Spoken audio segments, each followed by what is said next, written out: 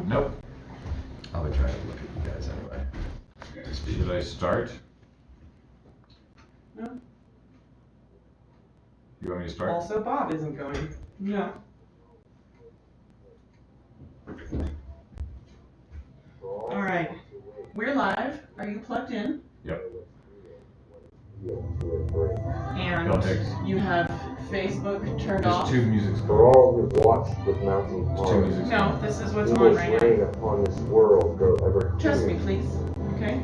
For all whose praise is vain emancipation. KBMF is generously supported by Collective Elevation Butte, offering natural medicine for anxiety, pain, and sleep at 34 East Galena Street. Collective Elevation also offers weekly doctor appointments. They're open 7 days a week, 11 to 7 weekdays, and 11 to 5 on weekends. For more information, find Collective Elevation on Facebook or by phone at 565-5850. Okay, go. Hello, welcome to my art form. It's time for Post-Orthodoxy, the show about changing our minds. Yeah, man. With your hosts, Dark and Ainsley Sevier. Maybe what they believe about reality isn't all of reality? What? I know, right? We're on a mission to have a better time with more people more often. The question is, well, how do you get there? Post-Orthodoxy explores strongly held beliefs, how those belief systems divide or connect people, and what might be found beyond those reality bubbles. Keep calm. Don't lose your head. I've got a piece of chocolate here with me because I got anxiety about doing this. Welcome to this neighborhood. Yes, indeed. Welcome to Post-Orthodoxy. This is Ainsley Sevier, and I'm in the station today with Citizen DJ Dark Sevier, and we have a special guest. Hi, I'm Citizen DJ Dark Sevier. It's true. Our special guest, Gilbert Gilderoy. Hello. Hello, Gilbert. We're working with a lot of chords and technology here today. For those of you who are listening on the radio, Thanks for playing. thanks for tuning in. We also have buteamericaradio.org/stream, and we also live stream on Facebook and Twitch. And YouTube. If you're the sort of person who likes to send comments in, you Right. can find us on facebook.com/AinsleyHelen and twitch.tv/the Yeah, we're working here to make this as interactive as possible with the technology at our disposal. True. So we've already got Sean Yardy and Mad Dog Madigan has joined in Fantastic. on the Facebook feed. Thank you for Looking joining us forward to today, hearing gentlemen. From those folks. James Juarez has joined in. Today, the general topic today is censorship. And Is that survey. bad? Do you Well, care? To quote another KBMF radio show. Censorship. Right. Do you care? Do you care? So I have a basic Google definition of censorship and all Okay. that. We can walk down that road a little bit. Before we go straight yeah, into the topic, yeah. I was a little flustered with technology at the beginning, and I kind of got off my intro bit that I usually Yeah, do your bit. So Who are we and what are we doing? What are we doing here? Why are you listening to us and why should you? KBMF. Why am I here? Yeah, exactly. KBMF is well, I think you're here for the pizza. Oh yeah. Yeah, that's coming later in the show. KBMF is a non-profit radio station staffed entirely by volunteer DJs, and you can too. Post-Orthodoxy is a 2-hour talk show every Sunday afternoon, followed by a 2-hour talk show with Dan and Patty, the Sunday Smackdown. Sunday Smackdown. Preceded by the Noracle with songs of love and horror, and she had a lovely bit that she did today. Post-Orthodoxy is a show about changing our minds. A show about what's outside our reality bubbles and learning to see the world from a sovereign mind that we are controlling ourselves rather than a brainwashed mind. An informational outpost in the borderlands. In the borderlands of needing to know what's going on all the time. Right. Because some people really need to know what's going on all the time.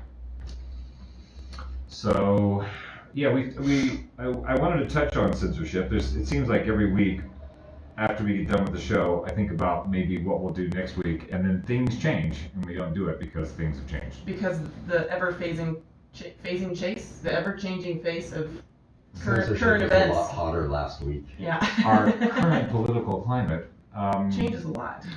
climate chaos in our political climate So I'm interested in censorship. I used to do stand-up comedy. I did stand-up comedy in the 90s, and it was at one of those high watermarks of political correctness, where, in my opinion, stand-up comedy got neutered.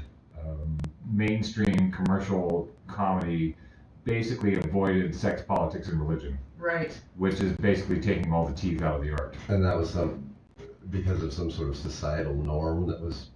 Well, it was the Reagan era had come in. Just Say No had come in.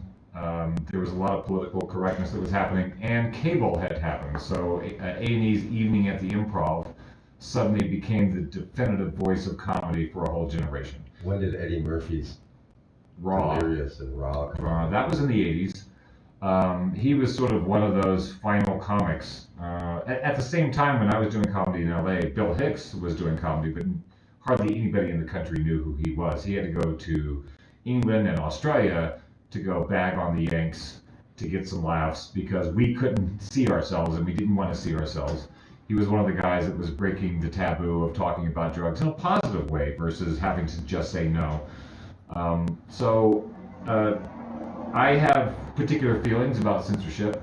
I'm not absolute about it, but I wanted to tie it into what we're dealing with right now in terms of artificial intelligence, censorship on social media platforms.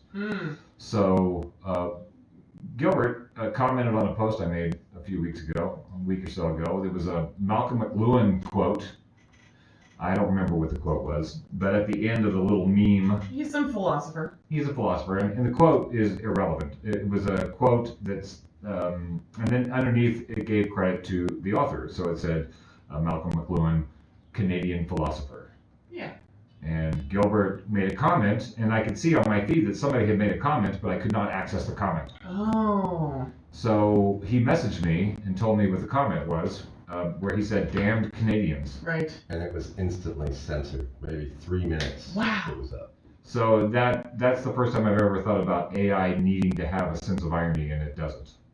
I was censored for hate speech. Hate speech, because that was hate speech against Canadians, I guess. And I wasn't allowed to respond. You didn't. Because they don't have enough staff. They're like, and because COVID, we don't have time to go through whether or not you should So be we're censored gonna or not. we're gonna let you off this time. We're going to let you off with a slap on the hand and a warning and edit you. So your hate speech against Canadians, because you know that they're a heavily persecuted group, the Canadians. So when you say "damn Canadians," suddenly, so I don't know if we're going to get cut off on Facebook right now. Speaking of censorship. For saying "damn Canadians." But we don't mean it like that. It was sarcasm, Facebook. I think it might, yes. But right. speaking of sarcasm. Yeah. And censorship on Facebook, we often get censored partway through our radio show. About the half-hour point, the stream cuts out and Facebook reboots another live video. So if you're watching with us on facebook.com/AinsleyHelen. Is that what happens? Yes. That's what happens. Right. About half hour in. We get cut off almost every week. Quebeco is... I was like, you should try to say Quebeco is tuning in from Kwanagomba, South Africa. Zululand, South Africa. Thanks for tuning in. So we're truly a global show at this very moment. Currently. Right now. We're streaming worldwide, and somebody picked it up. Aww. Thanks for tuning in. So censorship. Do you have any thoughts on the subjects to start with? I could go to the Google thing. See what let's hear a definition of this is a thing that's 8 pros and cons of media censorship. So we're going to go down pros and cons. The first one says it protects children from extremely violent and sexual material. Okay. The internet, mobile phones, televisions have made it easier for kids to access all kinds of content, even those that can negatively influence them. With media censorship, children can surf the web and watch TV with more freedom while being protected from pornographic and heavily violent material. Okay. Number 2, it limits advertisements that can be harmful. which I thought was really interesting to be up there on number 2. I find it all harmful. Advertisements that can be harmful. Some ads promote products that can be harmful to people's health, such as those that can influence body shaming, unhealthy eating habits, and addiction. Nicotine is a noted one. It's understandable why these types of advertisements should be censored. Number 3, it helps control hate. The media can censor information that is slandering certain religions, race, companies, and individuals. The way that you attacked Canada there. This is helpful in avoiding the development of prejudice or discrimination based on false information. I have so many thoughts already. You want to go into it right now? Well, first of all, we just sort of think of hate as this universal thing that we can all recognize, but unfortunately, a lot of people scream hate when what they actually mean is, I don't like you calling me out on my mistakes. That's a thing too. Yeah, so they're like, it can censor hate, and we're like, yay, we don't like hate, except that hate is so ambiguously defined that something can be categorized as hate speech that is in fact essential to the public dialogue. Well, I think it said something about you can't say anything that marginalizes a nationality. Or a company. Or a company. Or a company. Yeah, that was in the list. Read it again. It says, what was that? 3. It helps control hate. So it says this is helpful in avoiding the development of prejudice or discrimination based. Wait. Oh yes, the media can censor information that is slandering certain religions, race, companies, or individuals. Is that because a company isn't an individual? I guess that's part of it now. Slandering a company. It helps protect security. There are instances when sharing sensitive information may do more harm than good. By screening what has been reported and making sure it is published in a proper and timely manner, you can avoid panic and chaos.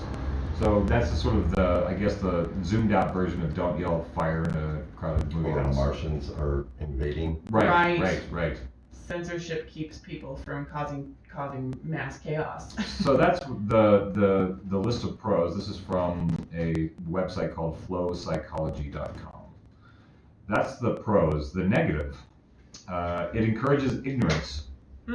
Ignorance is a tool that can be used to control people and keep them unaware of what is really going on in their community. Censoring information about corruption and injustices means people will continue to be victims of and abuse and exploitation. Well, and that's where there's a huge paradox happening right now. What I think is the golden age of propaganda, because there's so much misinformation that it's making people ignorant.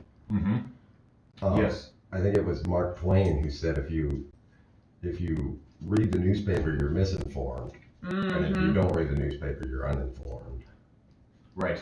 And that was way back then. That was hard times back then. All right, our pizza got here. Okay, I'll handle it. You're gonna handle it? I'll handle it. Okay. You guys keep talking. I'm gonna go to number 2, list of cons of media censorship. Number 2, it says it promotes manipulation for personal gain. If the government is in charge of censoring media, politicians can use it to their advantage by allowing the publishing of information or advertisements only of companies, organizations, and other affiliations that support their political goals. So that's another problem, they say. Number 3, it limits education and awareness. War, poverty, terrorism, epidemics, and climate change are some of the most pressing issues society is faced with today. Sugarcoating or screening the information presented to the public could prevent people from knowing what is really going on in the world and hinder them from preparing for or addressing global issues. And we'll read number 4 here, and then we can freeform from here. Number 4, it takes away the freedom of speech. The First Amendment of the American Constitution protects the freedom of speech, and this freedom is what the U.S. is built upon. Limiting what can and cannot be said or published by the media is taking away that basic right. So when it says it takes away freedom of speech, so you said damn Canadians, and that was infringed upon because of the AI on Facebook. But that's another part of the topic that I think we need to talk about today. A facet of the topic is, in the country, you have your First Amendment rights, but on this platform, you have a user agreement. Yes. So you can be censored. You don't have the same Right. rights on Facebook as you have in the U.S. Correct. Because I find it odd that you have, at the same time, you have the owner of Facebook defending his keeping up posts from our president that Twitter was taken down. Seemingly, he's defending free speech, and yet he's talking he doesn't about like what I platform. said. Right. So we purposely didn't talk about this before last night or today. Right, we didn't want to do one of the things I wanted to get into with you guys was how misinformation or protecting all speech, you can end up with a thing with the internet and how we're going to get into deep fakes. You end up with only the rich and powerful have the loudest voices. They have the largest machines to produce information, and they can flood the airwaves, the internet, with the most information and say whatever they want, and it has to be protected. And we all know where censorship, where it leads, but I don't. Well, do we? Do we? I don't. Yeah, do we? Where do you think censorship? Well, is? I think right now we have no idea. We're in uncharted waters with the amount of information that people are receiving, and it's going to get more and more intense as you can make a wealthy person can make a perfect video of me doing whatever they want. Right. So as I stepped away to receive the pizzas, Yes. Was censorship of music on here as a con? They didn't mention the media. Our fellow They said- DJ Terror Time was like, censorship of music sucks. Yes, they didn't address music in particular. They addressed media, so it's meant to be covering all wide. media. Books. Burning books. Right. It's kind of censorship. So when I was a kid in Pryor Creek, Oklahoma, the local Baptist church, after Shout at the Devil from Motley Crue came out, had a push for all the parents to grab all the kids' heavy metal CDs and burn them in the parking lot. Oh boy. I think there's still a hole in that parking lot due to the heat of the plastic. But they were burning CDs in the 80s. And a few years later, those kids had to go out and buy all those albums again. Right. Sad. Well, the funny part is that there's an event in my hometown of 5,000 people now called Rocklahoma, which is finding all the hair bands that didn't have gigs and pulling them all to a big stage in a giant 400-acre field with 3 days of camping, so they love the rock bands now. So that festival is helping save the town financially. It's kind of a nice victory from burning CDs to having the city saved by hair bands. So. Is there a difference between burning books because you don't like the dangerous content? The dangerous content, is it the same as filtering misinformation for something like a health that has to do with the public health or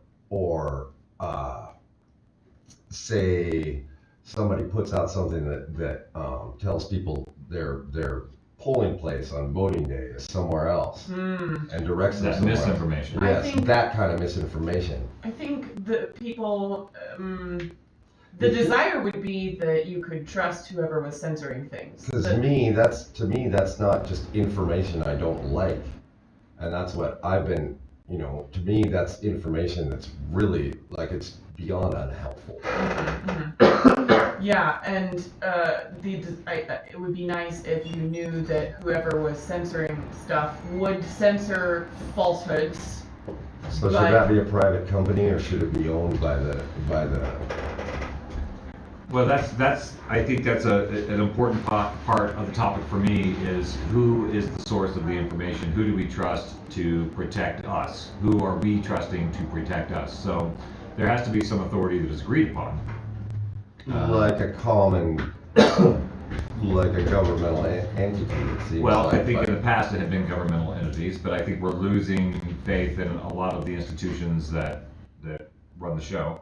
We are, and that I can see all these branches of places we can go with this. This is what we do on Post-Orthodoxy. We kind We of zoom out. Well, we zoom back that, in. It's like a spider web of thoughts going in and out. Because that distrust of our government, our institutions is, to me, those are ours.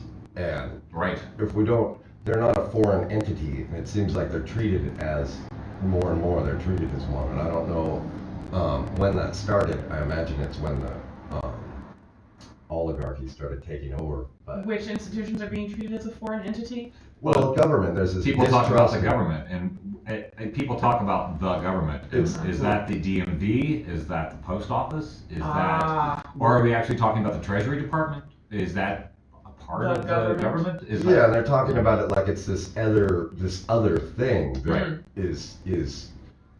And to me, it's yours, it's ours, it's our government. It's supposed to be. Yeah. So when I was in Honolulu in 2000, there was a organization called the Asian Development Bank. This is just after the big hubbub happened in what they called the battle in Seattle over the World Trade Organization in '99. They were trying to find a place to have their meetings, and when I say they, I'm talking about the oligarchs. I'm talking about the WTO, the Asian Development Bank. What their scheme is they go to some Asian country and say, geez, you've been farming the same way for 5,000 years. Let us help you out. So let's get you some infrastructure. And then that country is indebted to the infrastructure, like having an IV in their arm of tech that they have to keep updating and improving. And before you know it, and what they called it was alleviating poverty. They're alleviating poverty. What they did was create debt where there was no debt before. So there was a poet scene and an open mic scene, freestylers and hip hoppers and the rappers and the punks were all getting together at these events and bringing awareness to this coming meeting in Honolulu. So outside the club, we would be outside smoking a cigarette, and a drunken tourist started going around and asking people questions. So the drunken tourist came up to me and he says, "Where are you from?" And I said, "Well, I live in Palolo." And he goes, "No, where are you from?" And I'm like, "Well, before Palolo, I was in Great Falls. Before Great Falls, I was in Los Angeles. Where do you want me to?" And so he switched tacks and he's like, "Your haircut," because I had shaved head, right? He goes, "Your haircut, is that some kind of political statement?" And I was like, "No, it just means I buy fewer products now." So then he says, so he just goes right to the punch and goes, "So do you hate your government?" And I said, "Well, the government is of the people, by the people, for the people. I'm the people, and I love myself, so why would I hate my government?" And so he just beams on to the next guy. And then I looked across the street, and there's a guy with a van with a long telephoto lens building terrorism files on the art scene. So that when the thing went down, they already had the files on who was who. They started running graffiti artists out of town. And so I started telling the story because the idea of the government being demonized by I won't say both sides, by the general population, and whether it's demonized or delegitimized. We don't have faith in the people that we're electing, but we continue to endorse that process of the elections. We speak it into existence that we are not in control of our own government all the time. Right. So I think it's problematic when you don't have, we have the same situation where you have somebody like Donald Trump that says fake news all the time, and then people feel compelled to justify the news. However, a broken clock can be right twice a day. I have a problem with corporate media that is being funded by the entities that don't get scrutiny in the news because they're funding the news, and so we don't get a full perspective of what's going on. And it may not be some evil conspiracy, it may just be our business model that we're using that makes the media, the larger media conglomerates, problematic. When you have one company that owns 30 different outlets, or 6 companies that own almost all the outlets, then you have the ability to control information. And there's a line there between censorship and straight up propaganda, where you spin stories in a way. And there's censorship by omission too. One of the things that you never hear on the mainstream talk about is if you defund a government agency and then blame them for being Live video interrupted. Oh, good. Happens. So do we have to go to another video now? Is that what's going on? Yeah, folks that are paying attention to us on Facebook will probably have to go and find another video now. Oh, did you start it again somewhere? It does it automatically. Oh, very good. It hasn't for me. That's all right. What were you saying, Gilbert? Yeah, carry on. One thing you never hear the media talk about is the what's going on currently, where you defund and cripple a government agency's ability to do its job. I'm not talking about whether the job they do is whether you agree with it or not, but when you cripple their ability to do it, and then you blame the government for being ineffective, it seems like that's exactly what you were talking about, and then people lose faith in it, and that's an excuse to defund it more because it's ineffective. And I find that those corporations that own the media are generally for that. They're for smaller government. They're for shrinking government, but keeping the military-industrial complex and the parts that protect their right to do what they're doing. Right. So, as far as censorship goes, who do we say is okay to be our censors? And I think it's a new dialogue that we need to have, because we're no longer standing on the soapbox in the city square. We're now operating on these different platforms, these social media platforms. People can't have control of what we're saying. Search we can't just engines. go pass out pamphlets. Right. I mean, we could, but that's not how it's I happening. find that the censorship of information is different than the censorship of, and I may be wrong, and I might wake up with a different idea in the morning, but the censorship of information is different than the censorship of the media that is presenting the information. Say in a slick YouTube video that looks totally legitimate and is professionally done, and the language is written a certain way to draw people in and convince them of the information. Censoring that video is different than censoring the information in the video. Right. If you censoring manipulation. Yeah, it's you're censoring the vehicle that is presenting the information rather than the information itself. The one example I can think of is the video that came out with those two doctors that made everyone insane a month or so ago. Very slick. Because if I Googled the information, if I just Googled two California doctors, everything they said came up. And I had access to everything to do with it and everything that came afterward. But and I could even find the video too. But on Facebook and YouTube, you couldn't find the video. And it didn't bother me like a lot of people, like it did to a lot of people who demanded that, it be put up so that we had access to all the available information. And to me, but I can't watch. Yeah, we still had access to all the information. We just didn't have access to this video that seemed to be portraying it in a. And I'm having a hard time because I don't believe in censorship. I think it's horrible. Okay. As a musician, so your personal position is no censorship. Is no censorship, absolutely. Except I have this I'm torn because things like that, not necessarily that video in particular, but videos in the future, they're going to get more and more convincing and more slick. Yeah, right. Like the Oscars video of Jennifer Lawrence giving a speech with Steve Buscemi's face. Right. Well, and I've seen. That shows the technology. Yeah.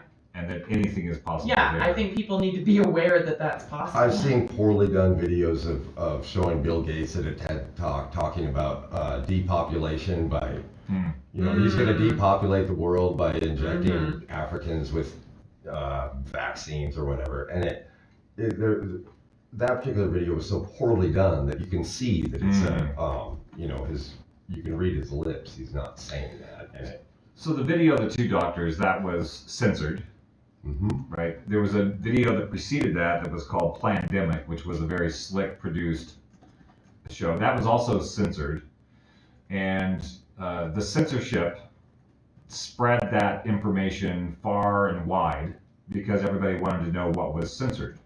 And I think that's an interesting thing to look at too. I So think did the censorship keep the information from getting out, or did the censorship cause a ballooning of interest in a topic that people were supposedly not supposed to be looking at? I think Elon Musk tweeting one of those too is, 1.5 million followers or whatever really helped. And one of those videos, I can't remember which one it Right, was. I can't remember either. Yeah, I think that did help. I mean, I wouldn't have paid attention to it. So there's a topic that I talk about on the show. We talk about on the show very often, and it's played out in a Adam Curtis documentary called Hypernormalization. I don't know if you've ever seen the documentary. Hypernormalization, and the key to that documentary is what he calls perceptual destabilization as a tactic, as a public relations / propaganda way of getting people to exhausting people by destabilizing them perceptually. And they gave the example of Russia. So they would say this guy who was Sarkov, Vladislav Sarkov, who was Putin's wizard. He was the art scene. He came out of avant-garde theater, took techniques of avant-garde theater to perceptually destabilize the population and exhaust them. It didn't matter if it was what the truth was, as long as it was confusing. As long as it was confusing. So what they would do is he would see an uptick in Nazis, and so he would throw them some money and get the media to pay attention to them, and then people have to react to the Nazis. So then he funds some money and gets the TV to pay attention to them. So now we have this prescribed issue that is consuming people's thoughts, energy, and then there's some gay bashing. So we have to now, we'll give them some attention, and then now you have to be anti-gay bashing if you're a decent person. So there's this series of things that keep being thrown out. So we have to to be good humans, we have to take a side. That's the narrative. Keep having opinions. You have to keep having opinions. There's a similarity between what happened with the COVID, with the narrative around the COVID with the mask, and now there's one between the fascists and the anti-fascists. Right.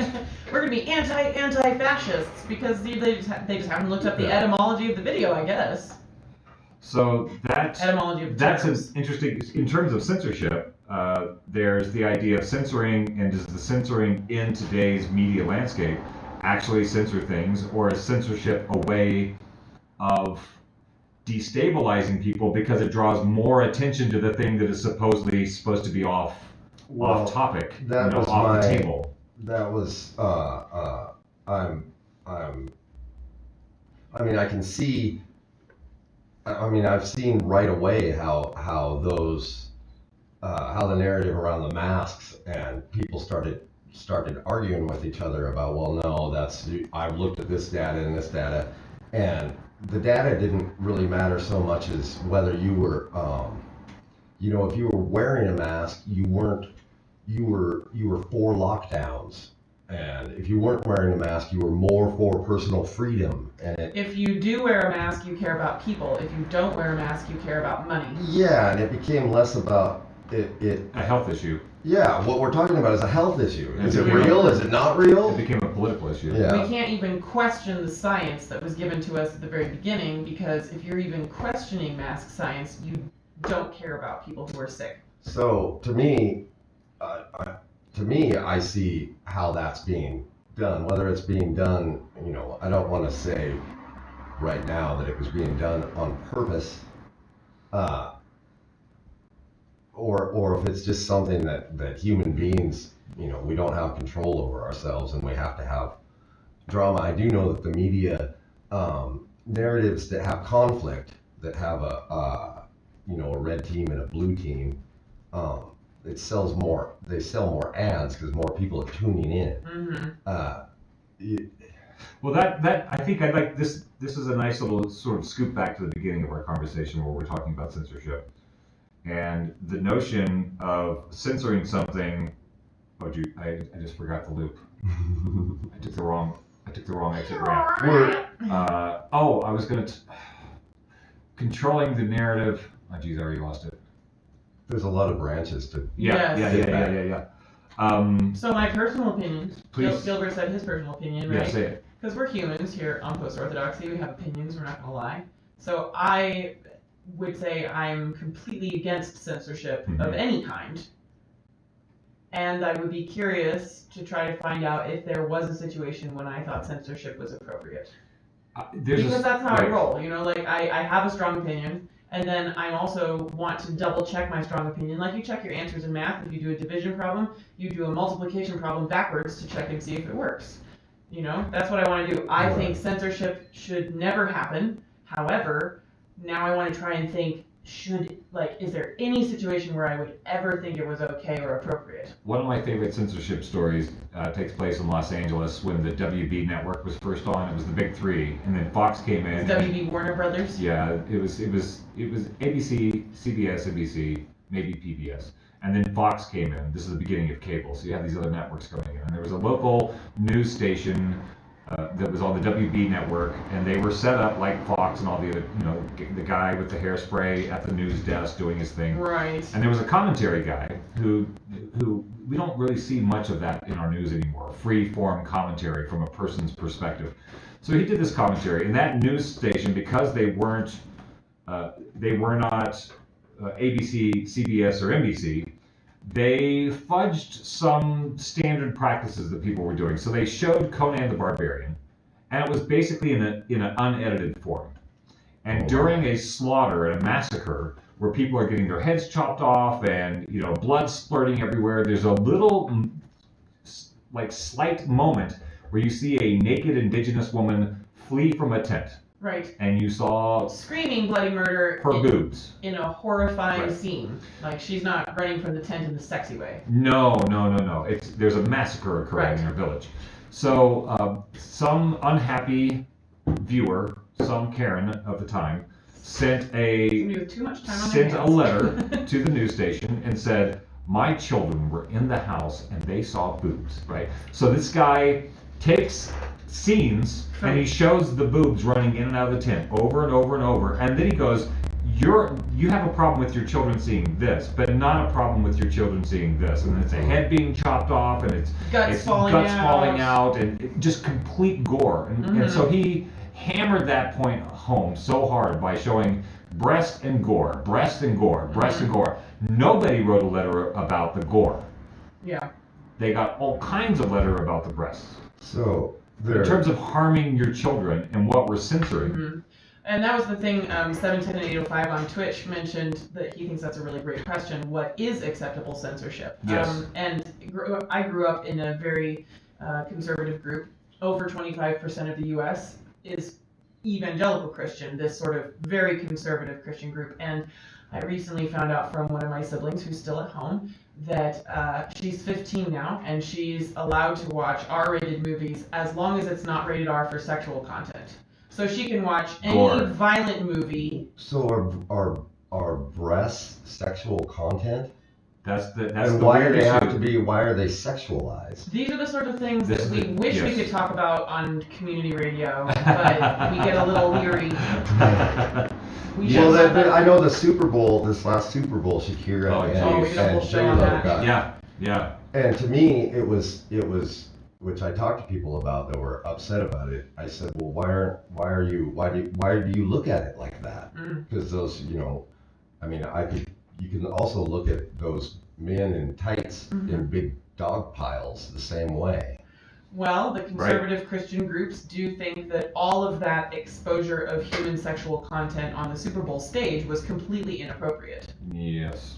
And it's very consistent. And to me, you don't, in Colombia, where Shakira's from, a woman shaking her booty or whatever is not, the way they dance, it's a thing of beauty. It doesn't have to be sexualized. It's not a mating call. Yeah. What part of my body is the sinful part? Point to on my body where it is the sinful part of my body. Right. And it seems to me it would have been, if they're worried about their children seeing it, it would have been a good time to tell them, to tell them that you can admire a person's beauty or the way they dance or without it causing you to think bad things. Yeah, our culture in particular sexualizes breasts in ways that other countries don't. And our foreign correspondent Astrid was really helpful during that show because she brought a lot to bear. She's from Sweden, and she brought a lot of commentary about how, like, they have naked sunbathing parks in Sweden where whole families will just have a picnic naked with their family and get some sun because they don't get very much sun. Right. You know, take advantage of that sun and it's not like you're not worried about over-sexualizing little girls by putting them in a bikini. They don't need to wear a bikini top until they actually have something that needs to be held in place. Little girls swim with just shorts on for most of their little girl life, and people aren't worried that someone's going to think something sinful about it. That's our kink. That's a U.S. repression. Kink. Super conservative Christian. It comes from the Christian paradigm. Yeah. It comes from the Christian paradigm of the U.S. On Facebook too, I think there's haven't there been scandals where somebody posted a piece of art that had a body breast parts on it? Yeah. Right. When is it art and when is it? So Bill Hicks does a really great piece on censorship, and when there was some court battle in the 90s where I guess it was Rehnquist was the Supreme Court judge at the time. The definition of pornography in that case said no artistic value and causes sexual thought. No artistic value causes sexual thought is the definition of pornography. Right. And Bill Hicks' response was like, that sounds like every commercial on television. No artistic merit causes sexual thought. Causes you to want to buy that car because it's compared to a woman's pretty legs and heels. Right. So it's an imperfect system. We've been running off of paradigms and assumptions with censorship for a long time, and I think we need to revisit that conversation. One of the questions on our page here was what kind of censorship is appropriate, and that's an old argument. It's an old discussion. We're not new to this, and that's where talking about First Amendment rights, that's where there are limits to those rights. So the famous example is, am I able to use my First Amendment rights to yell fire in a crowded movie house if there's no fire? That's my right to say that, but it puts people in danger because people can stomp each other trying to get out of the thing. So then it's a matter of fraud and not free speech. So it's if a matter if you of yell fire and there's not a fire and people, just trample each other and somebody gets hurt, then it's a matter of it's no longer free speech. You're liable for that. So now I just want to start. That's the way I understand it. Right. It's a matter of is what you're doing I can say whatever I want, but if it causes direct harm, that's where we start to get into the foggy area. Yeah, because free speech doesn't protect fraud, it doesn't protect harassment or libel or, obviously child pornography is not protected by free speech because it's, as a society, we're not into that. At the ages. Right. Yeah, so those aren't matters of that's the way I understand it anyway. Those aren't matters of free speech at that point. It's a matter of fraud. What you said is fraudulent, and it got people hurt, or and maybe property damage. And I don't know if that's like a loophole or it seems logical to me, and so I haven't. It seems rational. Well, that wants me to take every advertiser on television to court over fraud because they are all insinuating things that are lies. You will be happier if you have this car. You will be sexier if you have this car. You will have a better time with your kids if you have this car. Like, they're constantly selling you stuff by insinuating promises that they can't keep, therefore fraud. So, I appreciate all the feedback that we're getting online. People on Twitch, 710 and 805. 805 he said, he has some comments here. He said, I feel like it should be the parents that censor, not some large group making our moral boundaries for us. Is that a reflection that she feels that by watching sex, which it wasn't even sex, it was just the human body. Right. Well, he's talking about my sister not being allowed. She's allowed to watch an R-rated violent movie like a spy film, but she's not allowed to watch an R-rated romance movie. Right. And yes, it is. It's very inconsistent, so confusing, and repressive worldview, the evangelical Christian worldview on sex. He said, is that a reflection that she feels that by watching sex it will make her become sexually active, and that seeing violence will not make her violent? Like, where is that?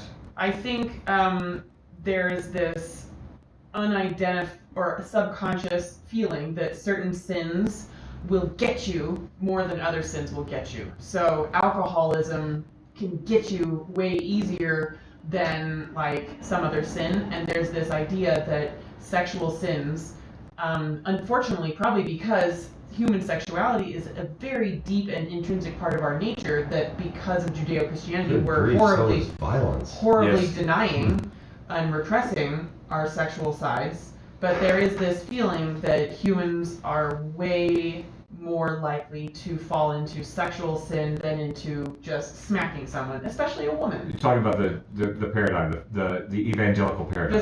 The beliefs, 25% of the country is evangelical Christians. There are several other very, very conservative groups that have similar belief systems to evangelical Christians. And in general, sexual sins are the worst thing that you must always be watching out against, especially in your children, which is why everybody got so mad about the Super Bowl, even people who weren't Christians. Because you're not even supposed to think about it. Not even supposed to think about your own body, let alone anybody else's bodies. And that has to do with the Christian split from nature. The idea that we are separate from nature, and therefore we must fight it at every turn in order to remain separate from nature. Anything natural and earthy is bad. I've been reading Jung lately, and so they're running from their shadow. Yes. Right. So the Freudian model is what the 20th century was crafted on, which is about the daddy issues and your subconscious, which is something that must be repressed or suppressed or is hiding in the shadows. And Jung was more like, the shadow proves the light. If you have a shadow, the stronger the shadow, the stronger the light, the stronger the shadow. And that's an integrated part of the world, not something that you don't have to run from your shadow in Jungian. And if you recognize that shadow and explore it, it can't sneak up on you and have some sort of, get you to do what they're so afraid of. I'm going to say hello to, Mark French, Dinah McLeod, Shinge, Dalisu Butheleze is checking in from South Africa. Mark Hayden and Azar. Thanks for tuning in on our Facebook stream, guys, and thank you so much to our 102.5 listeners who we don't know who you are or where you are. Yes. So the censorship question is long and old. I think we need to revisit it from a different angle. You watched the video that I shared on the Post-Orthodoxy page. Yeah, I watched it. You'd seen it before. And it's a video, it's an interview with a lady who wrote a book called Surveillance Capitalism. Her name is Shoshana Zuboff. And we talked about this briefly last week, where in this little 30-minute documentary, it's called Shoshana Zuboff on Surveillance Capitalism. It's a V-Pro documentary. It can be found on YouTube. They give an example of a young girl who was trying to find shampoo online, Googling shampoo results that are not as smelly, and suddenly the father in the house of the daughter starts seeing maternity and baby ads on his computer. He gets a little concerned and confronts his daughter and says, "Hey, are you pregnant?" And she says, "No, I'm not pregnant." Well, it turns out she was. So the virtual reality, she did not know. Yeah. But the virtual reality algorithm had put it all together. Put it together because, women who, she has a boyfriend online, we know that she has a boyfriend, we know she's in love with this guy or says she's in love with this guy. She's looking for unscented shampoos. When people get pregnant, they have a heightened sense of smell, so the algorithm put it together for the family that she was pregnant. Mm-hmm. And that is something that I have not been able to get out of my head in terms of, we think about our privacy online, and we think about our porn search or what kind of shoes we were looking for, and I said this thing in the kitchen and now my iPhone says a thing, and we're thinking very surface level of what is going on with our information. But what that tells me is that we are becoming, we are now developing profiles that we don't know, but the artificial intelligence knows, Google knows, Facebook knows. And so through our footfall, the way that we walk, where we drive, who we comment, what our friends group is, what memes we share, there are psychological profiles of each and every one of us that we don't have access to. but the corporations have access to. Well, and also reflectively, we are not given the training to pay attention to our own lives, and especially because of this undercurrent of modern Christian-based separation from your body, we are not observing and collating data about ourselves or our actions or our diet changes or our desire changes. So is this why we need that AI that we can ask that will know, that AI that will know us better than we know ourselves, and we can ask questions? It does already, we just aren't getting the benefit of it. We don't get the benefit of it. So I bring it up in terms of censorship because if we don't know, if we don't feel like we have the power to design our censorship strategy for ourselves. So FCC just decided there were 7 words that we can't say, and that's going to keep everybody safe. That was a governmental organization. It's our government. So it went out, and we all said fine. We all said fine. I won't say those words on the radio. And we just had an agreement, and we managed to survive that way.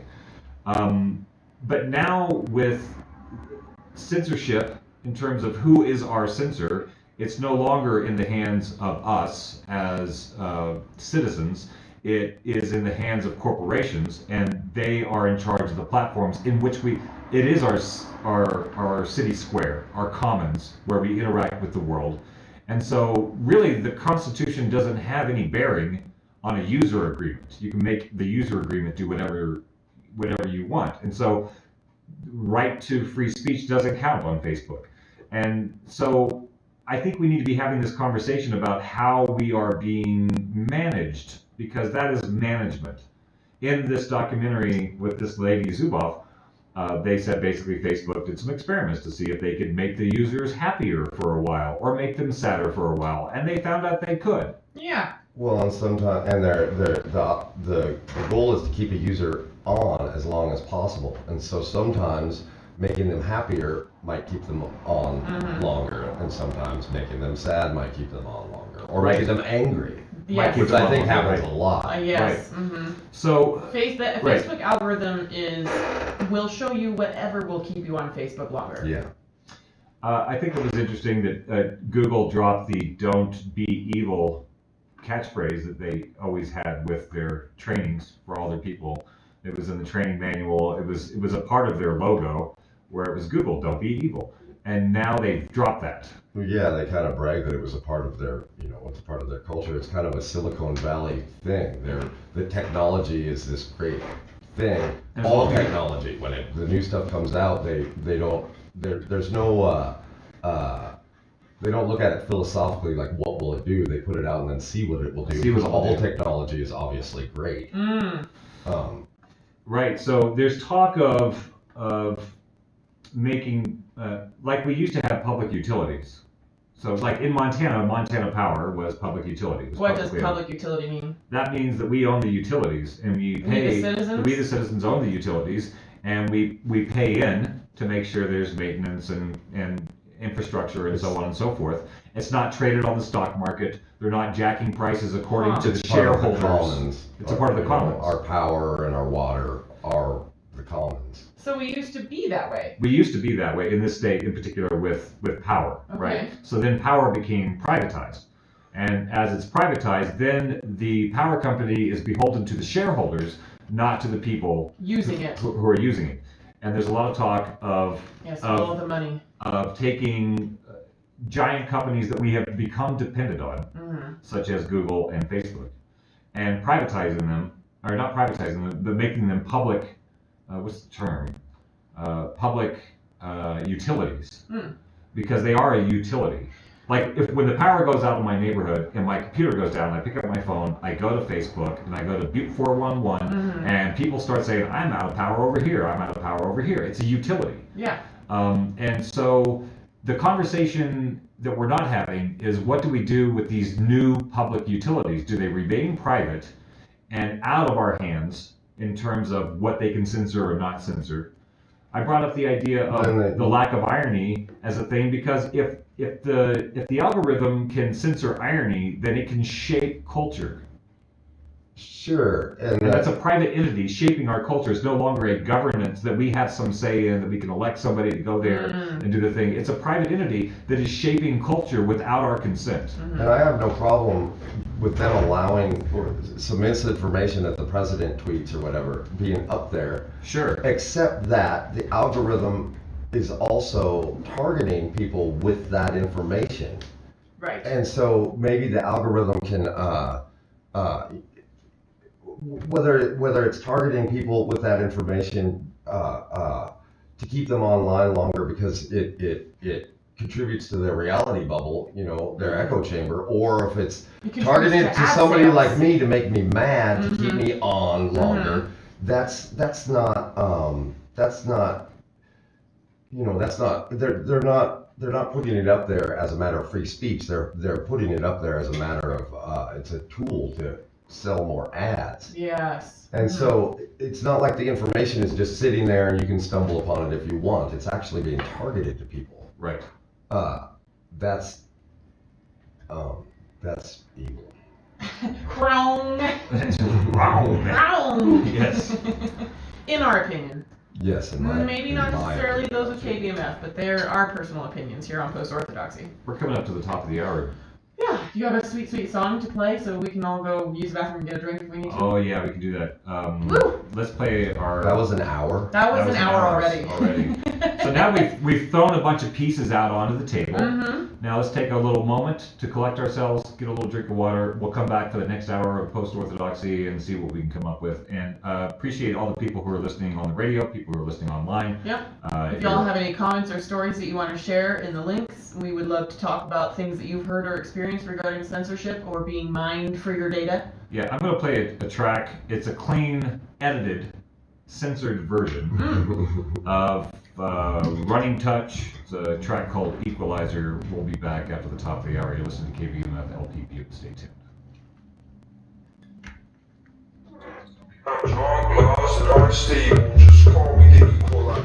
So totally clean though, right? Censorship when they're targeting certain people or seeing a post more like something. The president is just an example. Yeah, it's like a reverse censorship.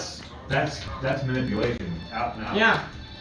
That's the algorithm, and I don't think that the algorithm should be allowed to do that. I kind of find the algorithm annoying in general. But if it's showing it to somebody else more than it's showing it to me, say, is that... I don't think that fits the definition of censorship, just it because is just censorship is like cutting away. Yeah. That's just downright manipulative, Odd.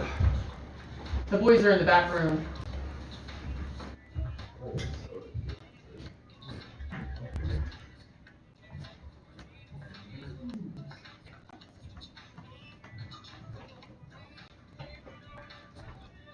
You want me to get you a piece of pizza, baby? Oh my gosh, that would save my soul.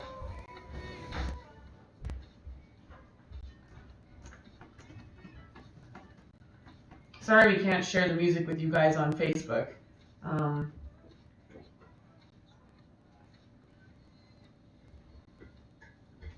Facebook would cut the music off.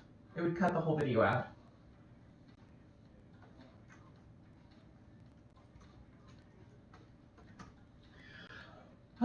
So now's your chance to go get a drink, invite your friends, share a story with us. We really do want to know. Something that's happened to you. Thank you. Oh, I didn't even know there were plates. I went looking for plates. We're getting on time here because I have it turned way down so it doesn't cut out our live video. We're halfway. Thank you, Jesus. Jesus was the cook. Oh, that is so racist.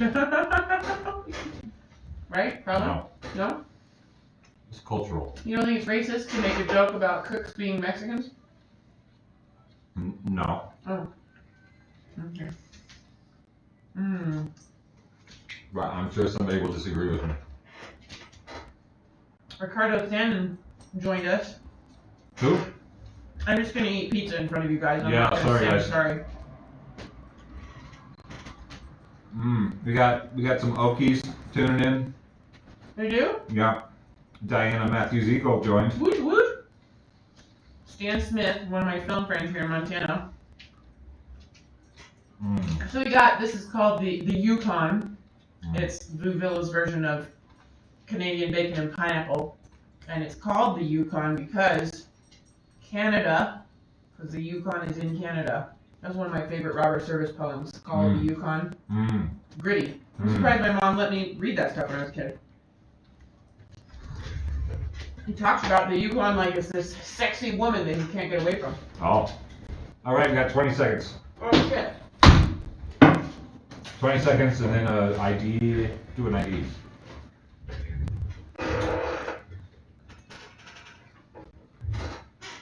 Get out of here, Billy.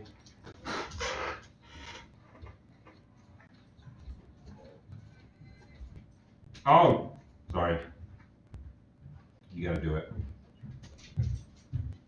I messed up.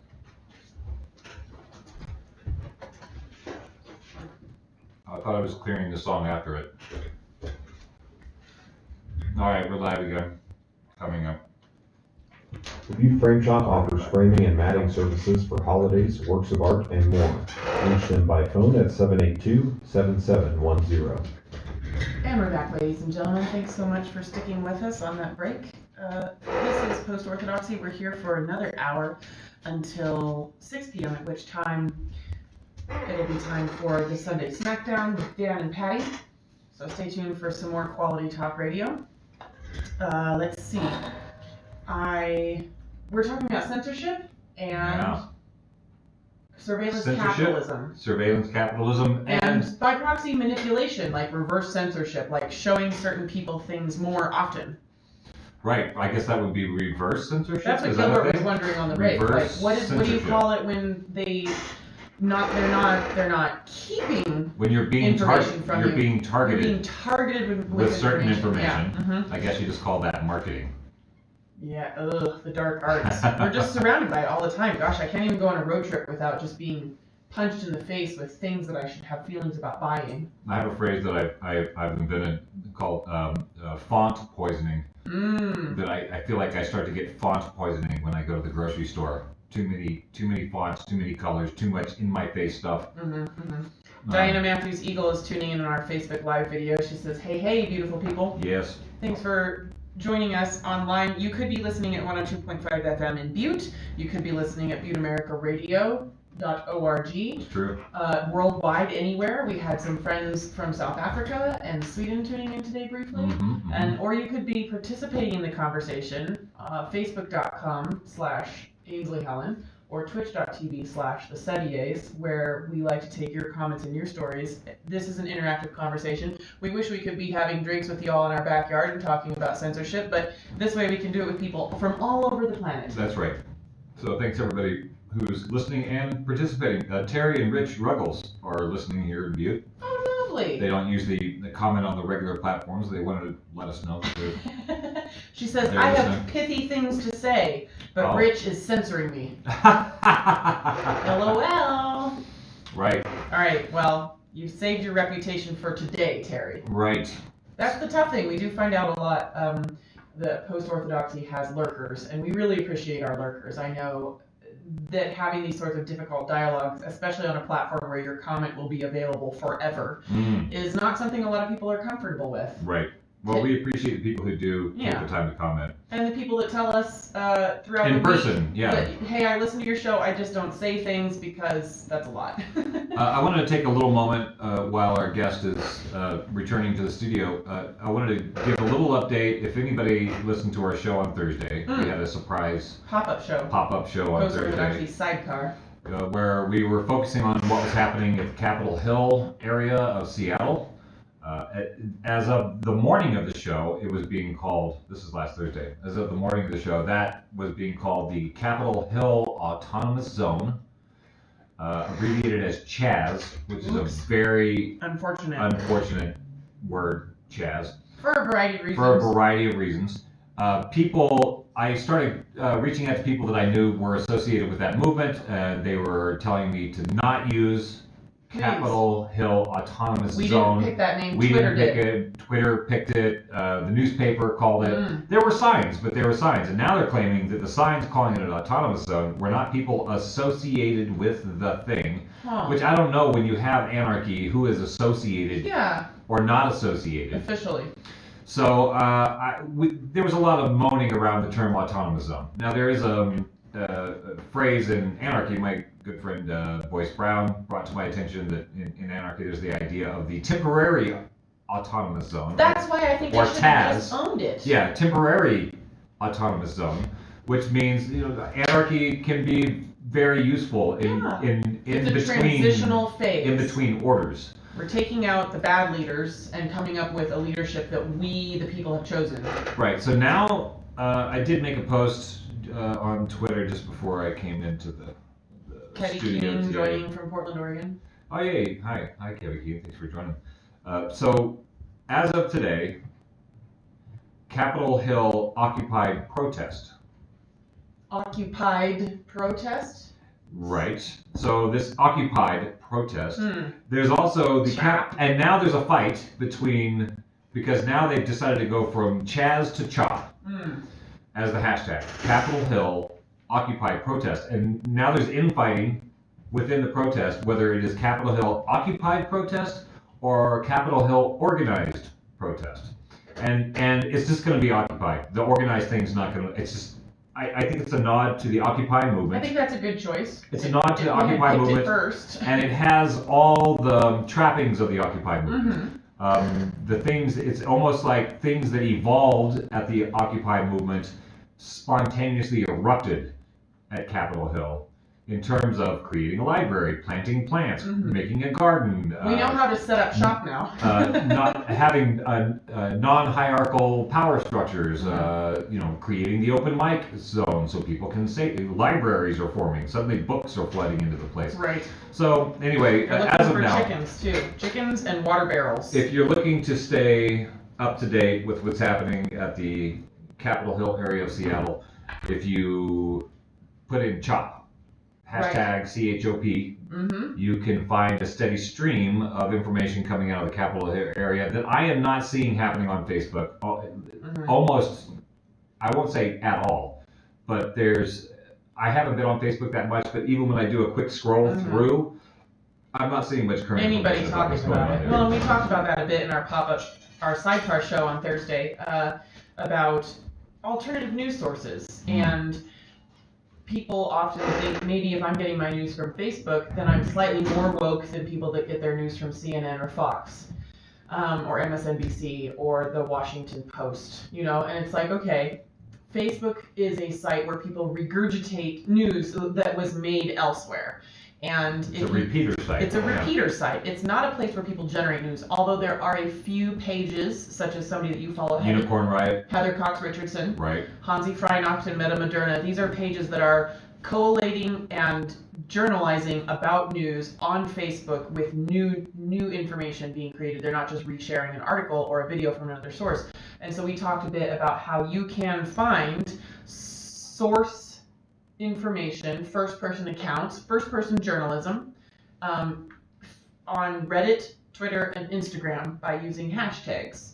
And that is a way to get information from somebody who is in this town, on that street, taking a video or a photo and saying, I just saw this happen. They're not in a news studio somewhere far away from it happening, getting a little telegram that they read live on air to let you know what's going on. These are that's why finding and following hashtags is a really, really functional way of getting first-person information and checking your sources. Otherwise, you're subjected to the AI. Right. If you're just getting your information off of Facebook, you're going to have the AI decide what your world looks like by what they decide to share with you. So I've had a Twitter account for years. I don't use it very often. I've only used it. I think I have maybe 50 posts over the last 9 years or whatever. But I'm going to make a journey out to Seattle this week. Yes. And I'm going to be taking my photography and perceptions that I'm seeing of what's going on there, and I'm going to be doing it on some reporting on Twitter. And apparently Twitter doesn't work with Facebook anymore. You used to be able to do a Twitter post. It's not Twitter's fault, it's Facebook. You used to be able to do a Twitter post, and then have it automatically go to your Facebook, that's no longer an option. That's part of Facebook wanting to keep people on Facebook. They don't want you generating content on Twitter and then sending it to Facebook because they want you on Facebook. Generating content on Facebook. Right. I think I will start a Twitter account just to follow you for that, but I really wish it wasn't called a tweet. Right? And Twitter, and I wish I didn't have to tweet. Well, we were talking like a twit. We were talking about Chaz versus Chop, and we had this conversation on Thursday that if you don't define yourself, and that's really difficult in a non-hierarchical organization, if you don't define yourself, somebody else will define yourself. Black Lives Matter, that phrase came from a tweet after one of these cases. Wildfire. And it took on, and it's a problematic phrase because it allows endless debates over semantics, and you skip and people are just staying on the semantics of the name. Yeah. All lives matter, blue lives matter, and we can argue about that what and about not the Asians deal and the Mexicans? And not I find that pedantic. Yeah, and not deal with the issue. Right, and so the Occupy movement was at the beginning of the Twitter movement. It was the beginning of social media and Instagram and all that business. So they defined themselves by saying, we are Occupy Wall Street, and then it was Occupy Seattle, Occupy Tulsa. And it was very clear, we are occupying this space.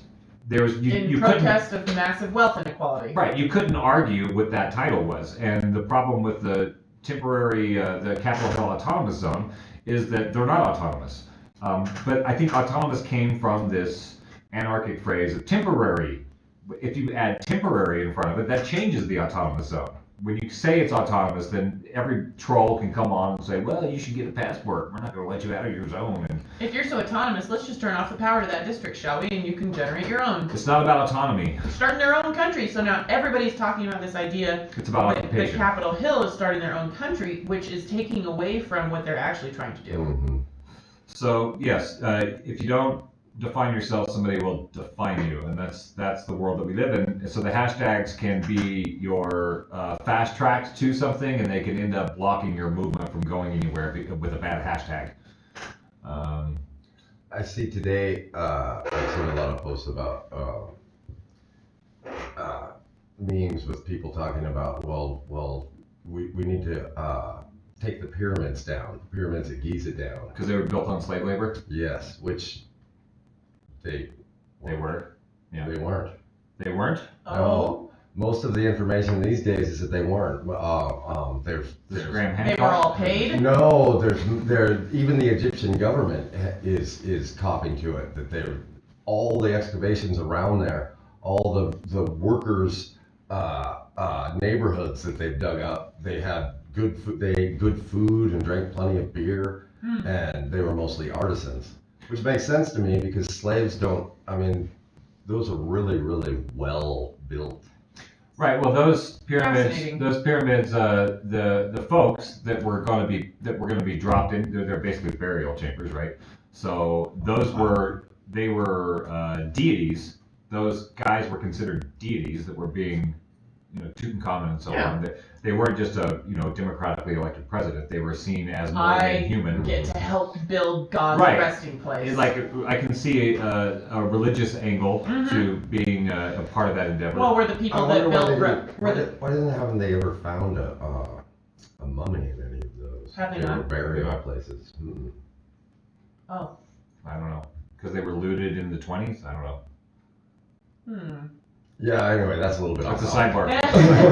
Because of censorship, probably. Yes. Well, it's because it probably is, actually. because of people trying to make a correlation between the Confederate statues being torn down. Yes. They're like, well, if this statue has to do with slavery, you're tearing it down, then let's tear down the pyramids, because the Bible tells people that the pyramids were built with Israelite slaves. Well, and they're saying that tearing down those southern monuments in the South it's censoring history. What do you guys think about that? Well, Germany didn't erect a statue to Adolf Hitler after World War II in order to remember history. And that's the argument, is that we do have things called books and movies and videos and information, and we can study history. The icon, the statue is just an icon, the monument is an icon, And history is written by the winners, and in the South, it was written by the losers. Well, but I mean, you have to remember the 1870s. There wasn't internet.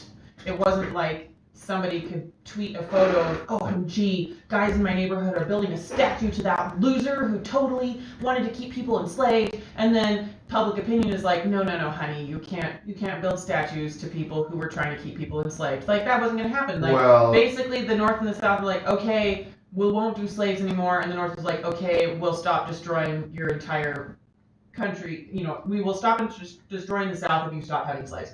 And so then, it's like northern people go back to the North, and the South, they can put up statues to whoever they want. Who's going to know? A lot of those statues were put up as a PR campaign by the daughters of what is it? The daughters of the American Revolution? Yeah. Really? Why? Well, they were trying to get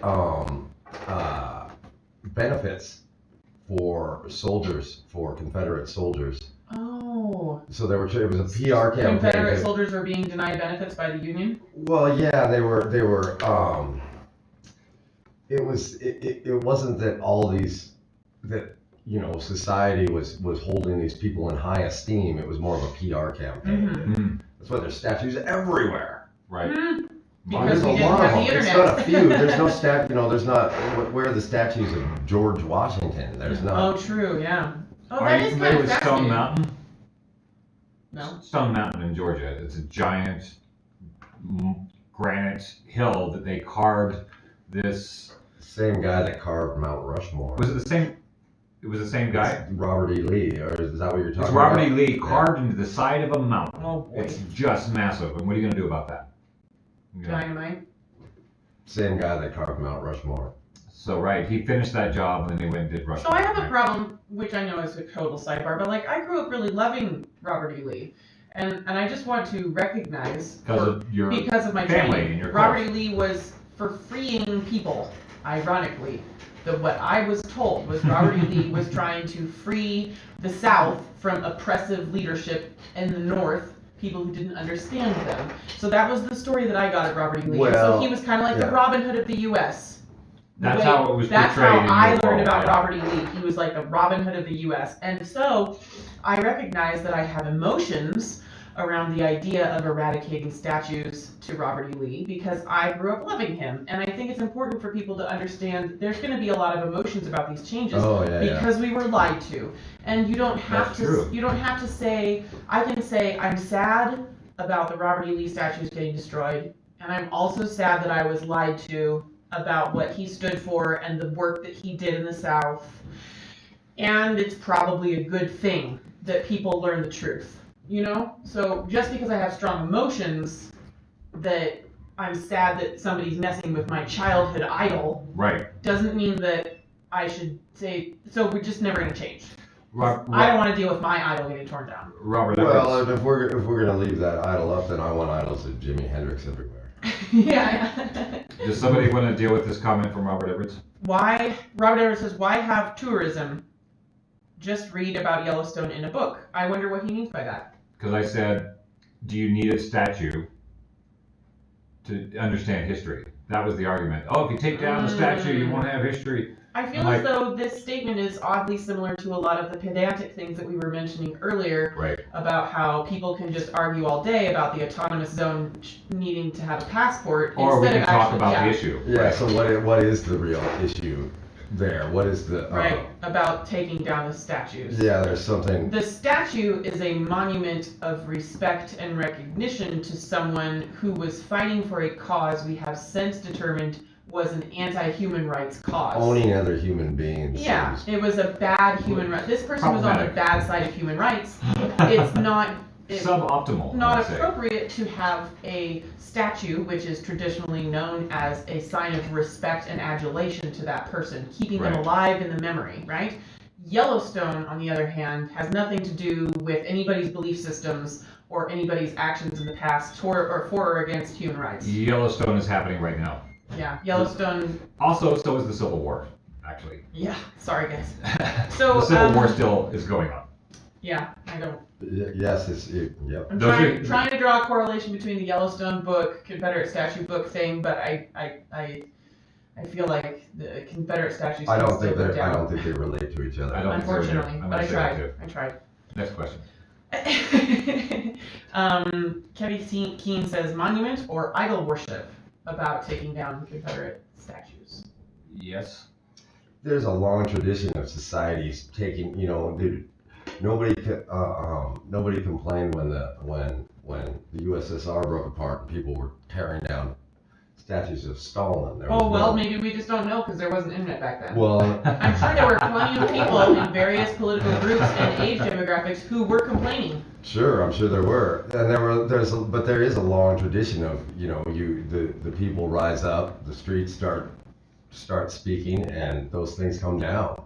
Robert Edwards says then you should pull George Washington off the quarter and FDR off the dime. That's still not addressing. Yeah. Okay. It's time for new faces. I agree for different reasons. However, I think the core, I guess George Washington did own slaves, and I'm sure FDR did some anti-human rights things too. So maybe the point Robert Edwards is making is that nobody who ever did anything bad should ever be monumentalized on anything. Oh, so it's about context, historical context. So in the time, if we find out later that you were messing up, then we erase you from the memory bank. You not erased from the memory bank. You just don't get to be memorialized or idolized. Right. Sure. I think more people need to know what George Washington did. I also think we have to remember the context of the time and that Robert E. Lee was pro-slavery and also a wonderful father.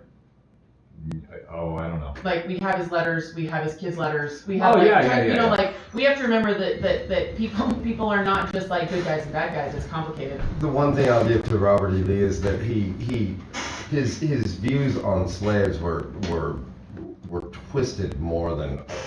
I mean, I can sort of understand someone that says, yes, I believe that I should own another human being, whereas Robert E. Lee believed that that black people were better off being owned by white people. Because the education was they are less than human and therefore cannot take care of themselves. And so he was to him he was being benevolent by. So is that Robert E. Lee's fault for believing that, or the fault of the people and the climate that taught him that that's what black people are? Is it my fault that I believe something? I mean, is it my fault that I don't want to own another human being? I don't understand. Do I get to? I mean, if I have I'm not absolving Robert E. Lee at all. Right. I'm just saying we have to remember context. Well, one thing I will give to him is that he understood the amount of death, and not just death, but horrific death that was happening as he fought for the right to own other human beings. Mm-hmm. He did understand that was horrific. He wasn't necessarily a. Well, and I think both of those two generals that went after each other, Grant also, he was depressed. He had to drink. They were super depressed by the war because brothers were killing each other. Right.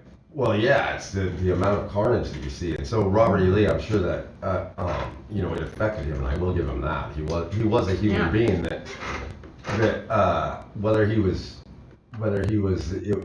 his environment that gave him those beliefs or not. So with these tearing down these statues, is this a part of the censorship you were just saying before?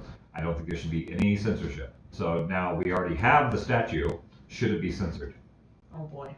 Well, I think the statue going up is a censorship, and it could be seen as a censorship because they're saying the new daughters of the revolution are saying that these guys were idols that should be held in esteem. They weren't the bad guys that they were just fighting for their states' rights or this and that. They're trying to change the narrative of what actually happened, and so I can see how that's a form of censorship. Well, they were fighting for states' rights, and what we have come to learn later is that they were fighting for the right to have slaves. Like they were like I'm so grateful for all of the people who were so patient with me when I was in my evangelical Christian bubble, because in my bubble I knew that God existed. I knew that he created the earth 6,000 years ago in a week. I knew that people were either going to heaven or hell, and gays were definitely not going to heaven. I didn't think I knew those things. I knew those things. I'm and people, so sorry. and until the moment when I I had to get to a point, like, I don't want to zoom out too far. I'm just saying, like, and this is not an excuse of people who had those views about slavery at the time. And it's not saying we shouldn't have reparations and better education now. But I think if we want to bring it around to the present, thinking about Robert E. Lee feeling that he was doing slaves a favor by keeping them on a plantation because he had been educated that they could not take care of themselves and they needed white slave owners to take care of them gives me great pause about the sorts of things that might be happening in my mind right now, where because of what I think the world is like. You understand his reality bubble a lot, Because, and it could still very well be happening, and I think that's what we try to do on Post-Orthodoxy, is to become aware of the ways that we think about the world, and is that as accurate of a way of seeing reality as possible. Because there might be ways I think about the world that are causing me to have belief systems, like Robert E. Lee thinking he is taking care of slaves by keeping them on plantations. Okay, so is taking down the statue censorship?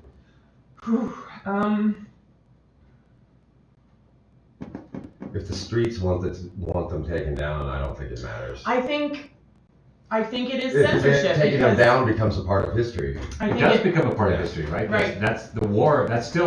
That's a battle in that war. Yes, I think, yes. I do think it is censorship, though, because this definition of censorship that you read at the beginning of the show is that censorship in its best form is to prevent harm, such as making sure that there is a YouTube out there that kids can go on, KidTube, where they're not going to see creepy things or gross things or inappropriate things. Right.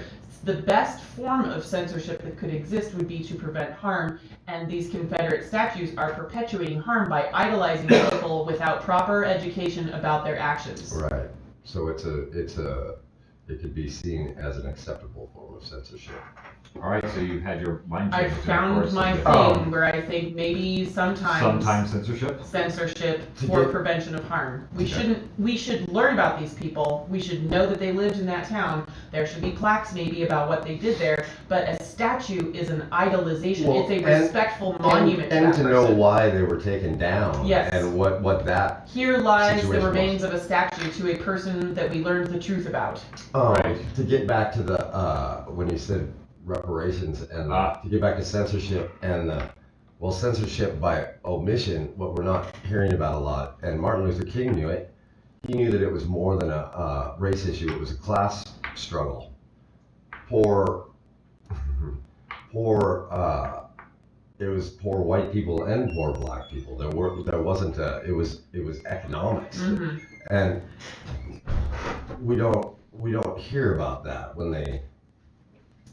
when in the media when they talk about Black Lives Matter and they talk about there's the what do they call it when you're a supporter, you're a white supporter, an ally, mm-hmm. Right? And I'm like, yeah, we're all allies if we're in this class struggle, because to me it is a class struggle. Well, I think that's what makes, going back to the CHOP, Capitol Hill Occupy protest. Yeah. Mm-hmm. If we go back to that, the spark of that moment had to do with police brutality and a murder, but the action that's taking place on Capitol Hill has to do with the larger issue, which is class struggle, in my opinion. Yes, in my opinion also. That's what you should zoom out to really fast. So it doesn't mean don't talk about what's happening to in the realm of systemic racism within a police department. We're not saying that's not a problem or don't talk about that. I think it's important, though, to put it in context with the larger issue, which is the class divide and the pitting of racism to keep the focus off of the class divide. Mm-hmm. And it doesn't mean one has to take the other one out. You can't have one. You can have all of them. And I think we should be able to have broader, just like the absurdities over the discussions with the mask or not a mask, how it became a political issue instead of a medical issue. Well, because I think most people know that it's most people involved in it, they know that it's more of a class struggle than it is and that there is the broader issue, but you don't, in the media or on social media, you don't hear as much about that because it's not I guess nobody's making money on it yet. Robert Everett's is still on the statue thing. He says, I guess that's it. Only statues approved by the Ministry of Truth, named Peace, Love, Obelisk of Compassion, that are also the perfect shade of pre-approved beige are allowed. So I kind of like what you said. Like, I feel like that statue going up was still a part of a fight, and the statue going down is still a part of a fight. And these are casualties of war, because we're still at war. The Civil War did not end. It did not. And we're still in the war. So I don't look at that as I'm going to look at it as another fight in a war, and not look at it as necessarily censorship. Yeah. How's that? That's where I'm going with it. The statues coming down become a part of history. Yes, that's a part of the story. A big part of the story, actually. You're trying to take history and make it a static thing. It's not static. To make that story a static thing. Right. And the statue going up and going down is a part of the flow of history. And, who cares? It's a statue. Well, I mean, I think if everything was perfectly organized and we all lived on a planet like Spock's planet, then what we could have decided to do in our great council of minds would be to amend each statue with an appropriate plaque. Right. Of who this person is and what they actually did. You guys just went through this in Helena with a Civil War monument in Helena. And that was one of the more benign of the statues. It didn't have a person. It was a fountain. Right. It was put there by the Daughters of the Confederacy, and it was questionable whether it should have been knocked out. Yeah. And to me, it was fine if it would leave, but what was going to go there? What was it going to represent? And there's still people I know that are a little bit bent out of shape about it because they remember it from childhood. Mm-hmm. Right. And that's the thing with me and my Robert E. Lee. The fact that it was just a fountain and wasn't a soldier on a horse, it never represented war to them. It was just a cool looking fountain, and it really was a cool looking fountain. But it was put up specifically to raise respect for people who committed human rights atrocities. Yes, and it was the furthest west of all the monuments. Fascinating. Kevin King brings a good point on our Facebook feed. We were talking earlier about how systemically and structurally there's this wealth inequality problem in the U.S. where a few super the planet really. A few super rich people are running all the organizations that run all the organizations that run the governments that run our lives. And then there are a ton of poor civilians on the planet. And that there can be a unity found between poor white people, poor black people, poor Asian people, poor Mexican people that would enable us to rise up against the oligarchs. However, that's what I see happening right now. She points out that while she agrees wholeheartedly with our need to unify the poor people's movement like Martin Luther King was doing when he got killed, it is easier for white folks to point out class war because that's where we fit into the story. And so she's causing us to have a moment to recognize that perhaps we would prefer to talk about class war I'll than talk Black about Lives it Matter. any way you want to talk about it. Yeah, exactly. Right. Yeah. I don't care how it's talked about as long as it gets dealt with. It's an aspect of the class war. It's not separate from the class war. Yeah. Right. And I don't need a special label or slogan to it for me to feel comfortable. As the way I was raised, there wasn't a you're not racist or you are racist. It just wasn't there. So there wasn't I thought about this a lot lately because I wasn't raised like we're hippies and we don't see color. There just really wasn't that there. There was never an issue. It just didn't because it wasn't relevant because we lived there. Literally, it wasn't there. How many minorities did you grow up around? How many are there? Well, I mean, like Laotians, Vietnamese. You grew up in neighborhoods interacting I with grew those up people on regularly. Capitol Hill in Seattle. Oh. Okay. In the late 70s, like, early 1980s, when they were bringing Laotians and Vietnamese here by the hundreds of thousands. And 3 black people growing up. And some Asian college exchange students. And we also didn't talk about racism, and we were also not racist. However, I was completely unaware of oppression of minorities.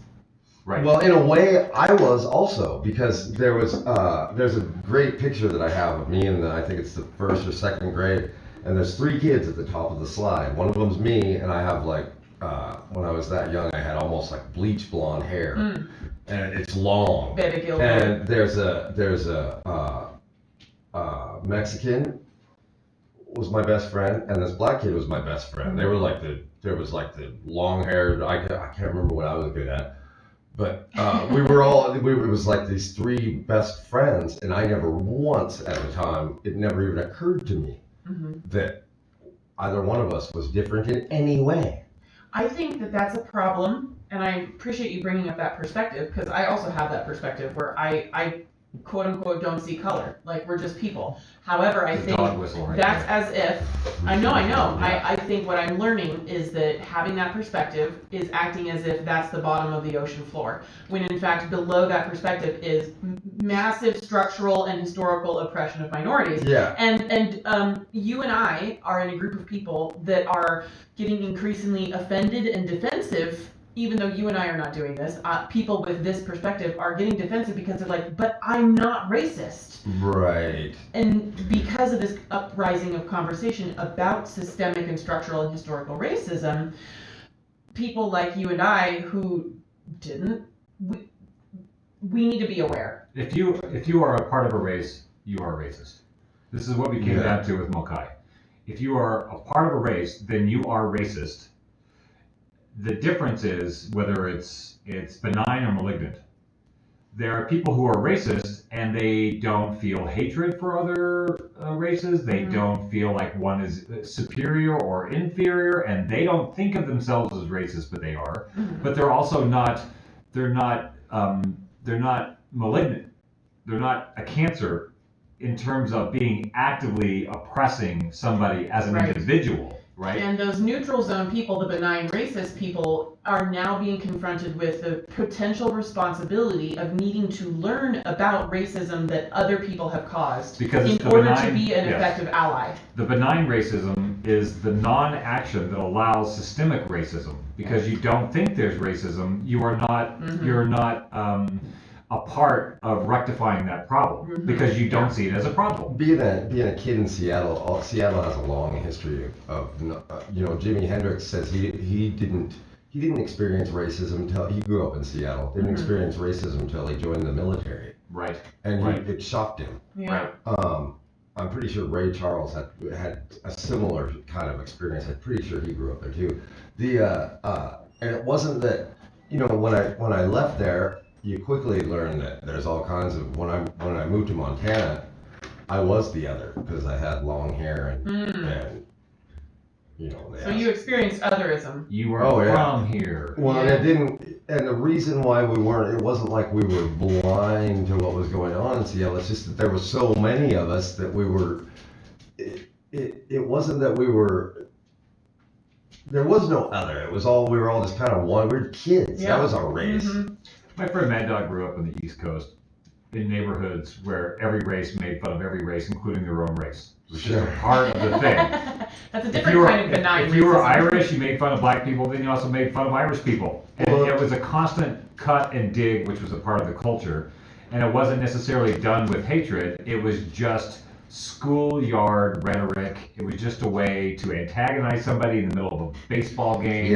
It was just a way to destabilize people a little bit and see how tough they were.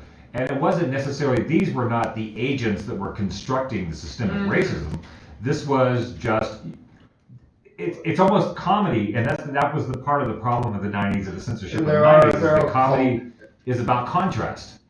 And they try to make everybody feel, or everybody on this there's a difference between this sort of, well, not everyone is equal. There's differences in, it's that's the soundbite they're gonna pull out someday in the future. Well, I've heard it said that there's not, if you're white and you find yourself in a room full of black people and you don't see a difference, you're probably racist, because even the neighborhoods that people grow up in, it doesn't have anything to do with the skin pigment. It's a cultural difference. It's a way of being. And so you have to recognize it and be like, oh, hey, Just not seeing color isn't good enough, and we must move beyond our defensiveness to become responsible for the differences that people have experienced because of their color. Recognize them, and that's. I've always thought people's differences are why we like each other. Mm-hmm.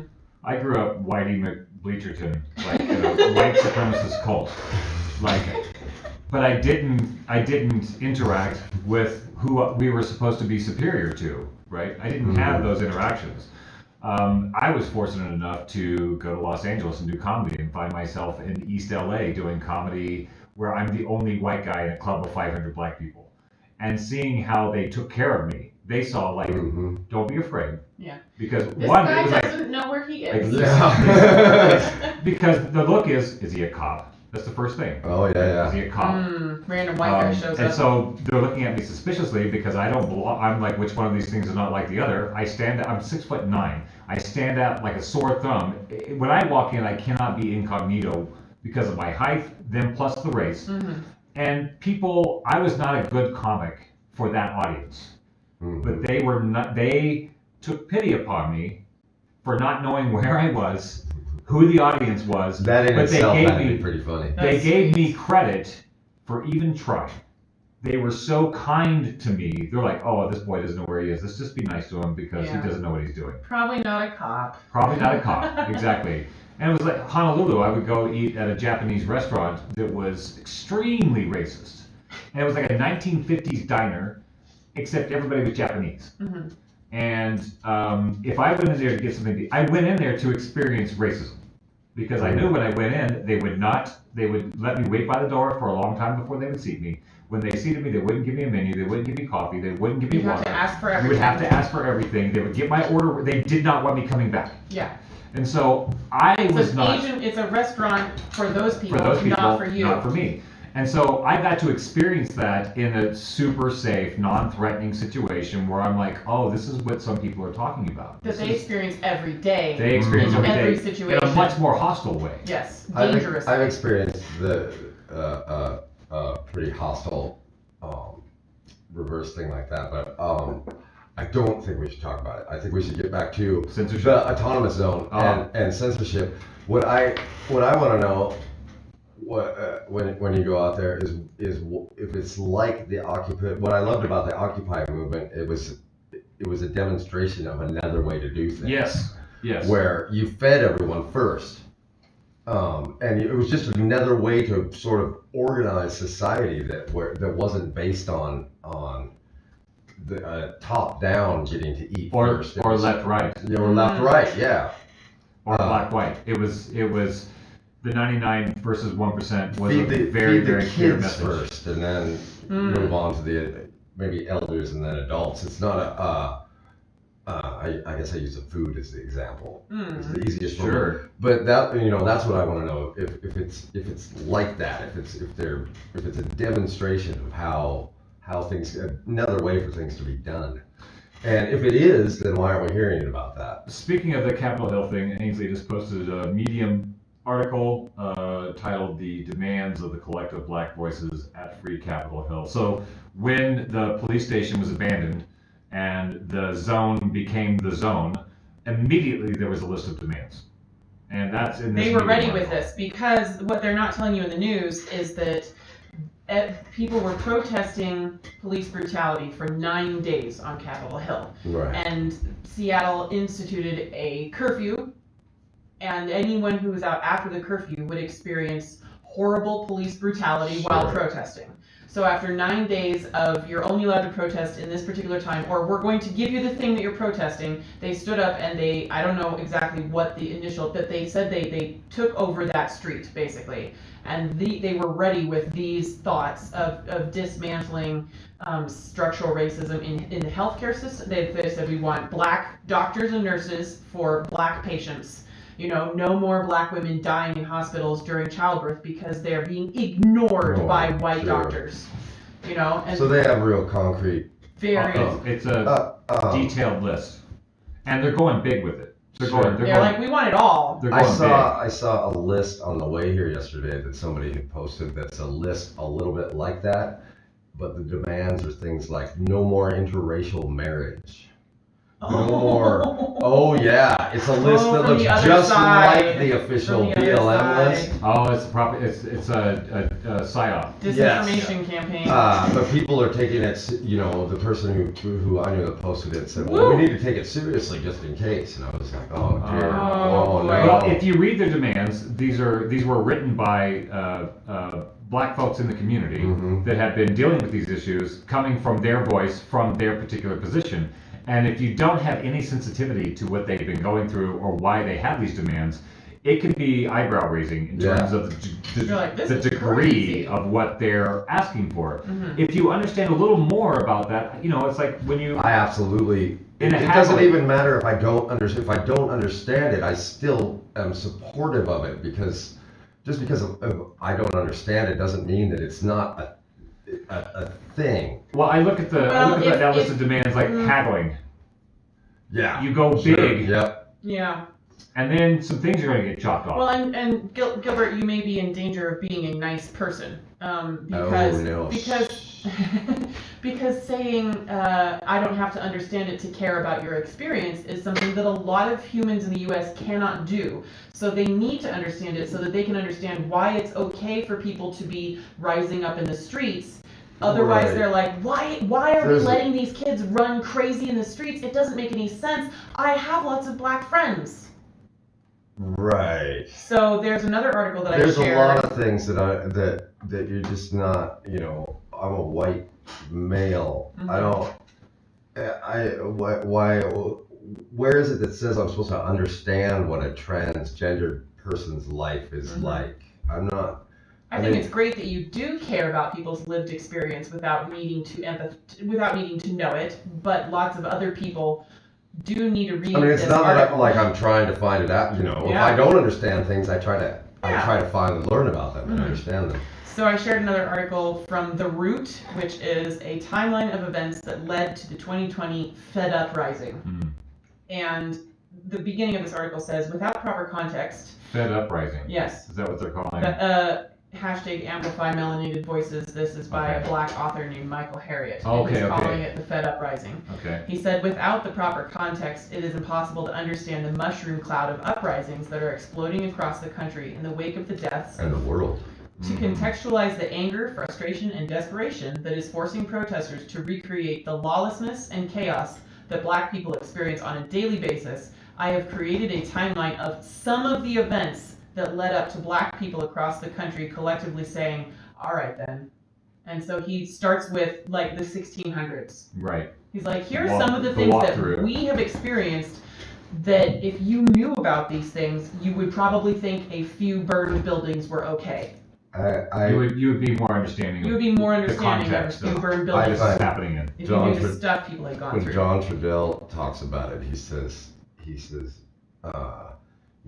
been, meaning Native peoples, have been going through it for at least 500 years, and the black man has been going through it for at least 500 years, and the poor white person has been going through it for thousands of years. I saw him speak in Honolulu, and you did? Yeah, this lady, this well-meaning social justice warrior, blonde lady, says, can you tell us about the plight of the Indians on the reservation? The plight of the Indians on the reservation. And he goes, I don't know how to break this to you, but we're all on a reservation. Yeah. It's an industrial reservation. The difference is blacks and Native Americans have been dealing with this lived experience for 500 or so years. Whites have been living in it for so long that they forgot that they were taken over. Yes. They used to be tribal and of the earth and doing things. Vikings and Druids. We got co-opted so long ago that we forgot we were co-opted. And that's the thing that state power doesn't want to have that dialogue. You don't want to have people say, "Oh, wait a minute, So the idea of white privilege is a very real thing in the context of this thin band of time that we're in right now. But if you go back, we're all suffering the same co-opting. That's the soundbite they're going to take out on you. Our planet was stolen. Our planet was stolen, and we're fighting each other while the thieves are running the show still. And all of us as 3 white people have the privilege to talk about broader issues beyond Black Lives Matter, instead of specifically just talking about Black Lives Matter all the time, because we are not living that experience. Sure. So I recognize that I have the privilege to talk about how Black Lives Matter is part of class warfare.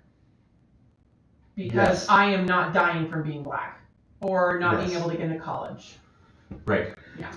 So we did. Yeah, and I'm not going to compare anything I've ever felt to anybody else's, whether they're black or white, to anybody else's thing that they've felt, whether they're native or black or white, any oppression that anybody else has felt. I'm not going to compare mine to theirs on some level of well, I felt it too, therefore I know what you're feeling. We both had a bad time. Okay. So let's just move on. This is a good point. When we did our show on Thursday, Ainsley was looking into, she went down the rabbit hole of what was happening on Capitol Hill and some of the right-wing disinformation campaigns, which is, I think, brilliant, which makes me think it's not a bunch of white yahoos that are doing this. The campaign is very smart in terms of, let's have them strangle each other with their purity culture. So rather than fighting against the purity culture, you make them enforce it more. You reinforce the purity culture. You're not ally enough. You're not progressive enough. So that there's infighting amongst the people who are fighting for the same thing. And people that drop out of the conversation because they feel like they're not doing a holistic of enough job supporting, so they should probably just back away. I'm not ally enough, so I'm out. Which to me, there needs to be a culture of where it's your actions. It's not it's not your identity. It's not this thing that's based on an identity of I do this. I work in the kitchen and help feed protesters or something like that. Who cares? As long as you're doing something, right? It doesn't matter what it is or what there's no levels of better. There's no score like you get 50 gold stars for protest gold stars this week, and you only got 48. Therefore, this guy's better than that guy. Just wait, we'll have it. Yeah. Do you guys want to spend the last 3 minutes of our show wrapping up our conversation about censorship and surveillance capitalism? The WTO in Seattle in 99. After that, the WTO started having protest zones far enough away from the as a direct result of Seattle, far enough away from where people were staying that dignitaries couldn't hear them with their drums or their So as long as the people still get to have their voices heard in special protest zones. Well, that's where the free speech zone came from. Yes, and a free speech zone is fundamentally. That was supposed to be us as a country, the free speech zone. Yeah, exactly. It's now you're having a cage or a pen is fundamentally not free speech. Yes, that was immediately adopted by the Republican National Convention. Yeah. So people wanted to. Therefore. If anybody asks why you have to create an autonomous zone, it's because otherwise you're put into pens in a free speech zone. And liberty is not given, it is taken. Nobody gives you liberty. Our U.S. government I thought that's what we were They doing. don't give you liberty. You have liberty, and you have to use it. There's nobody's going to give it to you. You naturally have it, and it is something that can be taken away from you. Yes. So it's not given, it is taken. Censorship and surveillance capital. Well, my walk away from this whole thing is we need to be having different discussions. I kind of started to walk away from Facebook a little bit, and my last day where I was actively on Facebook, I spilled a bunch of memes out, and one of them. Oh yeah. He just collects them in folders to use for later later dates. I have lots of folders. One of them was the world you were raised to survive in no longer exists. The world you were raised to survive in no longer exists. So we're trying to grapple. If you watched any of the stuff with Mark Zuckerberg in front of the Congress, and you had these senators and congressmen trying to ask, like, they didn't know the difference between a cell phone and a platform. They didn't know anything. They knew about emails, but they didn't know anything about what was happening. And they're the ones trying to figure out what the wizards are doing. Yeah. You have the kitchen, like the busboys going and interviewing the wizard to see if the wizard is doing anything naughty. That's what was happening in Congress. And so we have these old people who are supposed to be helping us run our society, who do not understand the society that we live in. And this is not an ageist comment. It is. Well, what bothers me about that is the House of Representatives. Is the reason why the House of Representatives has so much power is they're representative of the people, or they're supposed to be, and they're not. So to talk about censorship and to bring it home, we need to be having bigger, broader conversations. We really need to have this conversation about what to do with these platforms that are acting as public utilities, but are being operated outside of law, out of constitutional law. They're operating outside of that, but they're being used as public utilities. So how do we manage ourselves if we have no say in the management style? Yeah, and I think it's our responsibility to talk about it, so eventually it will get around to the politicians the lawmakers to start talking about it as well. That eventually we will have the power or the impetus to elect representatives who will actually represent us in the world that we live in now, not the world that they lived in 40 years ago when they first got elected. Oh, that's depressing. Yeah. And that so was a quick 2 hours. The last article that I'm going to share before we hand things over to Dan and Patty with the Sunday Smackdown this I have afternoon. to thank you guys for having me. This was terribly fun. I almost feel guilty for how much fun I've had the last 2 days. You should come back sometime. Come back again. We'll do another show. I'm sure we have a lot more things to talk about. There may be another topic to discuss in the world. Things will probably keep happening. Thank you for coming to Post-Orthodoxy, Gilbert. Thank you for listening, people. Yeah. So I'm going to leave you folks with an article from Business Insider. The 10 companies that control everything that we buy. Nestle, PepsiCo, General Mills, Kellogg's, Associated British Foods, Mondelez, Mars, Danone, Unilever, and Coca-Cola. You're going to share that out there? That's an article that you could look up if you wanted to. It's from businessinsider.com. I'm going to share it with our social media audience. Some information you could know if you cared. You could know if you cared that most of the world is run by very, very, very, very few people. I like the phrase, I want to leave people with that phrase that you said. It was the app game phrase. Say it. Billionaires. Yes, no, let me... Oligarchs.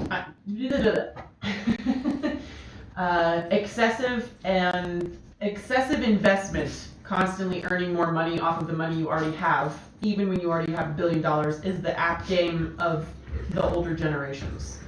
You get an endorphin rush from winning, even though you don't need more money, and that's why they keep doing it.